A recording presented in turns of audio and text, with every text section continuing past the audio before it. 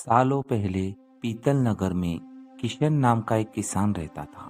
वह गांव के एक जमींदार के खेत पर काम करके किसी तरह अपना घर चला रहा था। पहले किशन के भी खेत थे, लेकिन उसके पिता के बीमार होने के कारण उसे अपने सारे खेत बेचने पड़े। मजदूरी में मिलने वाले पैसे से पिता का इलाज करना और घर का खर्चा चलाना मुश्किल हो रहा था।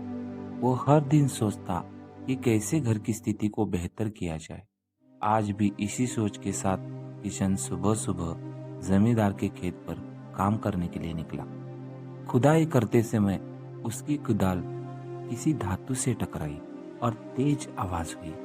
किशन के मन में हुआ कि आखिर ऐसा क्या है यहाँ। उसने तुरंत उस हिस्से को खोदा तो वहां से एक बड़ा सा पतीला निकला। पतीला देखकर किशन दुखी हो गया। किशन के मन में हुआ कि ये जेवरात होते तो मेरे घर की हालत थोड़ी सुधर जाती। फिर किशन ने सोचा कि चलो अब खाना ही खा लेता हूँ। किशन ने खाना खाने के लिए अपने हाथ की कुदाल उस पतीले में फेंक दी और हाथ मुंह धोकर खाना खाने लगा। खाना खत्म करने के बाद किशन अपनी कुदाल उठाने के लिए उस पतीले के पास पहुंचा। वहां पहुंचते ही किशन हैरान हो गया। उस पतीले के अंदर एक नहीं बल्कि बहुत सारे कुदाल थे। उसे कुछ समझ नहीं आया। तभी उसने अपने पास रखी एक टोकरी को भी उस पतीले में फेंक दिया। वो एक टोकरी भी पतीले के अंदर जाते ही बहुत सारी हो गई। ये सब देखकर किशन खुश हो गया और जादुई पतीले को अपने साथ लेकर घर चला गया। वह हर दिन उस बर्तन में अपने कुछ औजार डालता और जब वो ज्यादा हो जाते तब उन्हें बाजार जाकर बेच आता। ऐसा करते करते किशन के घर की हालत सुधरने लगी। उसने इस तरह से बहुत पैसा कमाया और अपने पिता का इलाज भी करवा लिया। एक दिन किशन ने कुछ गहने खरीदे और उन्हें भी पतीले में डाल दिया।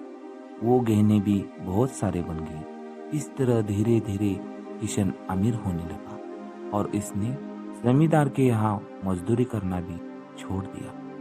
किशन को इस तरह अमीर होते देख जमींदार मोहन को किशन पर शक हुआ। वो सीधे किशन के घर पहुंचा। वहां जाकर उसे जादुई पतीले के बारे में पता चला। उसने किशन से पूछा, तुमने यह पतीला कब और किसके घर से चुराया? डरी हुई आवाज में किशन बोला, साहब, ये पतीला मुझे खेत में खुदाई करते समय मिला है। मैंने किसी के घर से नहीं चुराया।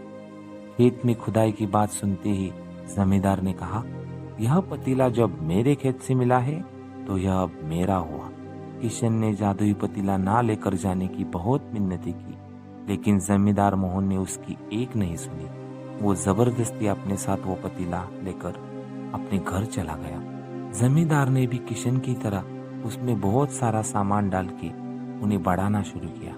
एक दिन जमींदार ने अपने घर के सारे गहने एक एक करके उस पतीले में डालने शुरू किया और रातों रात वो बहुत अमीर हो गया। एकदम से जमींदार के अमीर होने की खबर पीतल नगर के राजा तक पहुंच गई। पता लगाने पर राजा को भी जादुई पतीले की जानकारी मिली। फिर क्या था, राजा ने तुरंत अपने लोगों को भेजकर जमींदार के यहाँ से वो पतीला राजमहल मंगवा लिया। राजमहल में उस जादुई पतीले के पहुंचते ही राजा ने अपने आसपास मौजूद सामान को उसमें डालना शुरू कर दिया। सामान को बढ़ता देख राजा दंग रह गया। होते होते आखिर में राजा खुद उस पतीले के अंदर चला गया। देखते ही देखते उस पतीले से बहुत सारे राजा निकल आए। पतीले से निकला हर राजा बोला, मैं पीतल नगर का असली राजा हूँ। तुम्हें तो इस जादुई पतीले ने बनाया है। ऐसा होते होते सारे राजा आपस में लड़ने लगे और लड़कर मर गए।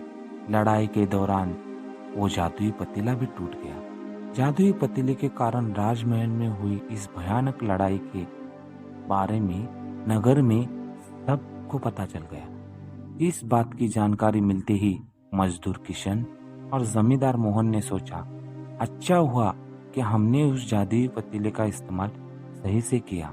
उस राजा ने अपनी मूर्खता के कारण अपनी ही जान खो दी। इस कहानी से हमें ये सीख मिलती है कि मूर्खता का अंत बहुत ही बुरा होता है।